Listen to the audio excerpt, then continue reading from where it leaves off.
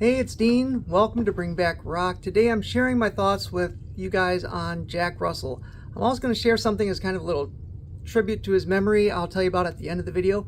Alright, so I'm a little late to the party, but I wanted to kind of digest it and hear some of the other, what other people were thinking.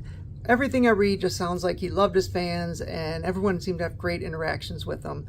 His legacy, his voice, whether singing the softest ballads or rocking out, was amazing. He had a great rock and roll voice. His legacy is secure. We're sharing his music with our kids and in some cases grandkids. Not my case, but in some cases.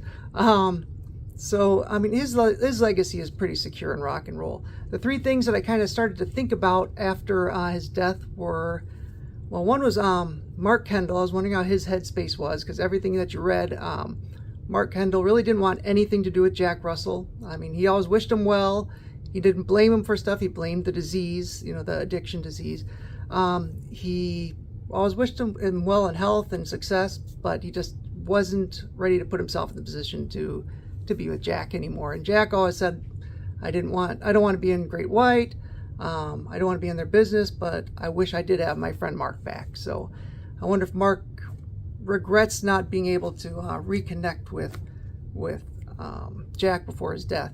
Another thing I thought of was Jack Russell had that collaboration with Tracy Guns, the Russell Guns, which you can find on Frontier Records.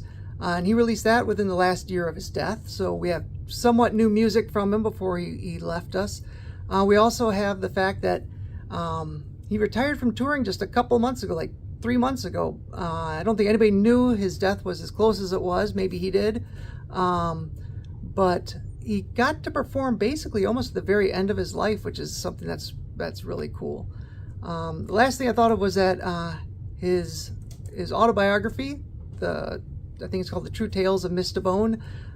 He finished that up beforehand also, and that just got released, so you can just now buy his autobiography. So he left us with some stuff right at the very end that was kind of cool. The other thing I wanted to mention was my tribute to him. Here it is. I'm going to share a story and tell you what I'm sharing. I've talked about Summerfest before in this array of videos, the Wild Side videos. Summerfest is just a huge music festival in Milwaukee in the summertime. This was July 4th, 1994, and I headed down to Milwaukee to visit my friend, and we were going to go see Great White. July 4th, the weather was crap. It was awful. It was thunder, it was lightning, it was heavy downpours. We in his apartment probably playing video games and listening to Laser 103 because we wanted to keep getting updates. Laser 103 sponsored the Rock Stage. So we kept listening. We're going to try to have the show. We're going to try to have the show. You'd look on the radar, red everywhere. We're like, they ain't having the show. So we decided not to go. And sure enough, eventually the show gets canceled. So what Great White does is they go in the Laser 103, the remote little trailer they had there, not very big. And for the fans that were there, they could hear them, they could broadcast, they had speakers on the outside. And also for the fans at home, they just played a short acoustic set, I think 6-song acoustic set.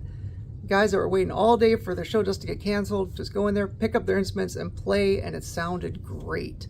Of course, I threw a cassette in right away, hit record before they started, and I've always had this little cassette of theirs that I always kind of thought of as my own, like something I had that not a lot of other people had. I'm sure some people have that cassette floating around still too, but I'm going to share that with you guys. I'm going to post that cassette as kind of a tribute to Jack, and let you guys hear what they sounded like on July 4th, 1994. I'm brilliant with naming things, so I call it Acoustic Live Laser, right? Brilliant. Because they're acoustic, they're live, and they're on Laser 103, so there we go. So you can either look for that, or you can check. One of these is subscribe, and one of these is going to be a link to the video. So enjoy the music, enjoy the set, and Jack, your legacy is intact. Don't worry, rest well, my friend. Thanks everybody for watching, and I'll catch you very soon. Thanks.